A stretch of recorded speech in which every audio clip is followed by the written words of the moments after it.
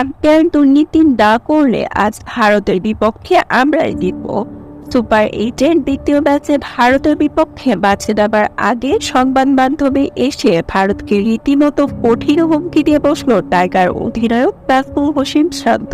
Group পর্বের 4 ম্যাচের মধ্যে 3 ম্যাচে জয়লাভ করে দীর্ঘ 9 বছর পর টি-20 বিশ্বকাপে সুপার এইটে উঠেছে টাইগাররা। আর সুপার এইটের প্রথম ম্যাচে অস্ট্রেলিয়ার বিপক্ষে বৃষ্টিবিঘ্নিত ম্যাচের শেষ পর্যন্ত 25 রানেই হেরে যায় বাংলাদেশ দল।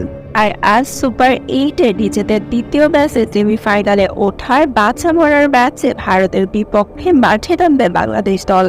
আর এ ম্যাচের আগের ম্যাচ পূর্ববর্তী সংবাদ মাধ্যমে এসে অধিনায়ক নাজমুল হোসেন শান্ত বলেন, ভারতের বিপক্ষে আমাদের সবসময় হাড্ডাহাড্ডি লড়াই হয়, তবে শেষ মুহূর্তে তীরে এসে আমরা তরি ডুবাই।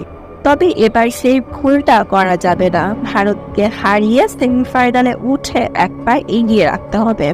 তবে আম্পায়ার দুর্নীতি করলে ম্যাচ জেতা কখনোই সম্ভব হবে না। আমরা যখনই ভারতের বিপক্ষে মাঠে নামি আম্পায়ার তখনই দুর্নীতি করে আমাদেরকে হারিয়ে দেয়। তবে আজ আম্পায়ার দুর্নীতি না করলে ভারতের বিপক্ষে আমরাই জিতবো। তো দর্শক, আপনাদের কি মনে হয় আজ ভারতের বিপক্ষে বাংলাদেশ কি জয়লাভ করতে পারবে?